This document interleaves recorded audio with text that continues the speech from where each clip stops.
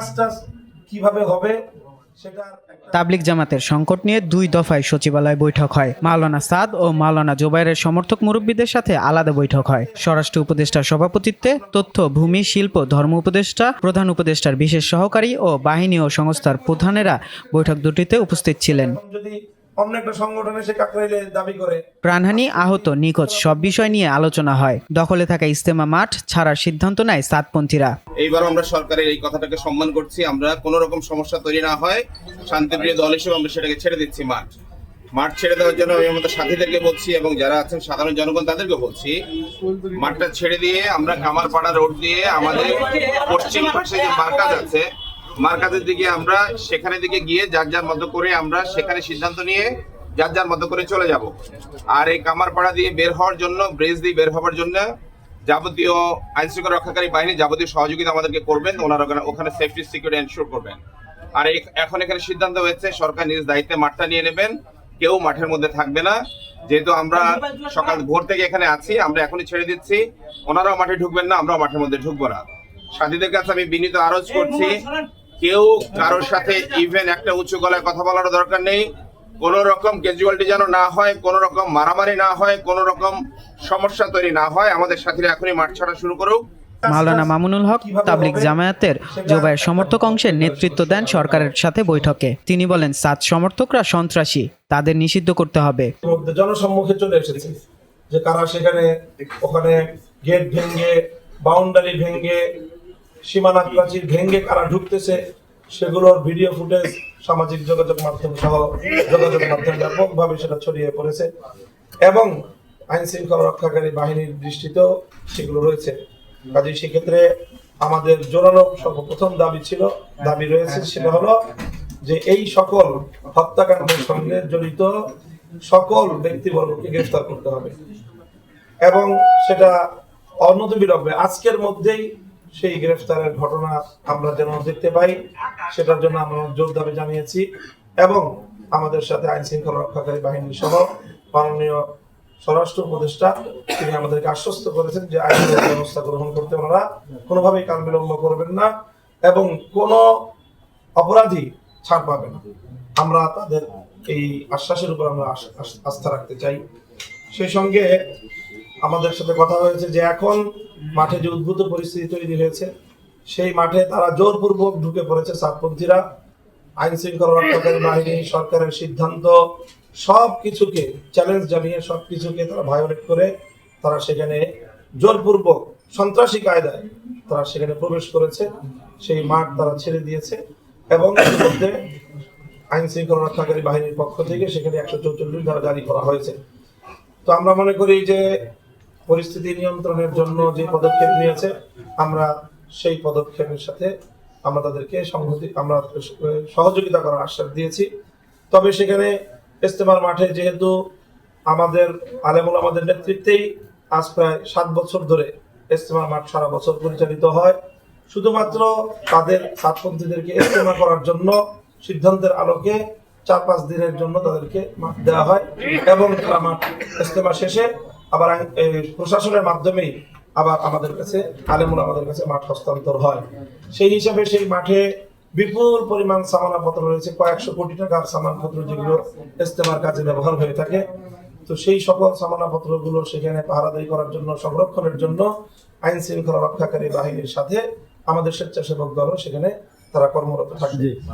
সেখানে আগামী দিনে ইজতেমার জন্য যেভাবে কাজ করতে হয়, ইজতেমার যেহেতু সময় ঘনিয়ে আসছে, বিপুল আয়োজন, সেই যথাসময়ে যথাযথভাবে ইজতেমা সম্পন্ন করার জন্য যা প্রস্তুতির প্রয়োজন সেই প্রস্তুতি গ্রহণ করার ক্ষেত্রে প্রশাসন আমাদেরকে সম্পূর্ণ সহযোগিতা করবে, সেই আশ্বাস তারা দিয়েছেন।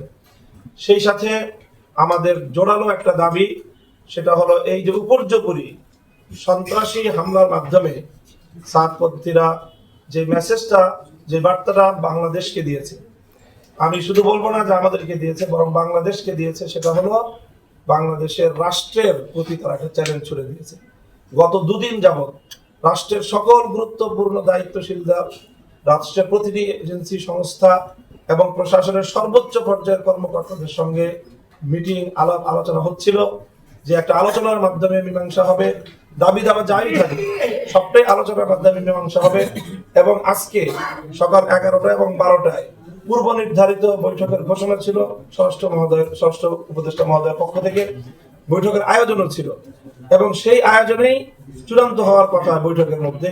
এবং গত রাত্রেও বৈষম্য বিরোধী আন্দোলনের নেতৃবৃন্দ তারা তাদের সাথে আলোচনা করেছিল এবং শেষ রাতে তারা আমাদের সাথে সার্জিস আলম এবং হাসনাত আব্দুল্লাহর নেতৃত্বে তাদের প্রতিনিধি দল কাকরাইলে আলেমদের সাথে এবং মুরব্বীদের সাথে তারা বৈঠকে তারা সেখানে নিমগ্ন ছিল, বৈঠকরত ছিল।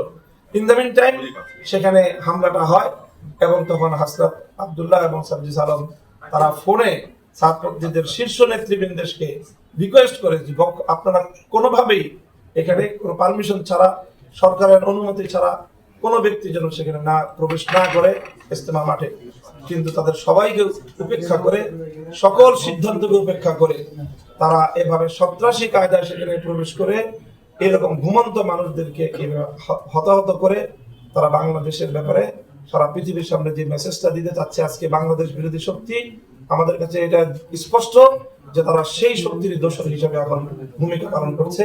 কাজেই এই অপশক্তিকে প্রতিহত করা আমরা মনে করি যে শুধুমাত্র আলেম ওলামাদের কাজ নয়, এটি বাংলাদেশের রাষ্ট্র এবং প্রশাসনের কাজ। কাজেই সেই জায়গা থেকে আমাদের স্পষ্ট দাবি হলো যে বিগত 2018 সালেও এভাবে হামলা চালিয়ে তারা 5,000 মানুষকে মারাত্মক আহত করেছিল, কয়েকজন ব্যক্তিকে তারা সেখানে তখনও হত্যা করেছিল, কিন্তু তখনও তাদের বিরুদ্ধে তেমন কোনো আইনানুগ ব্যবস্থা গ্রহণ করা হয়নি রহস্যজনক কারণে। আবারও তারা একই ঘটনা পুনরাবৃত্তি ঘটলো। কাজে এই জন্য এই সাতপন্থীদেরকে একটি সন্ত্রাসী সংগঠন আখ্যায়িত করে তাদেরকে নিষিদ্ধের আমরা দাবি জানিয়েছি। কাজে আমরা আশা করি সেই বিষয়েও যথাযথ পদক্ষেপ গ্রহণ করা হবে।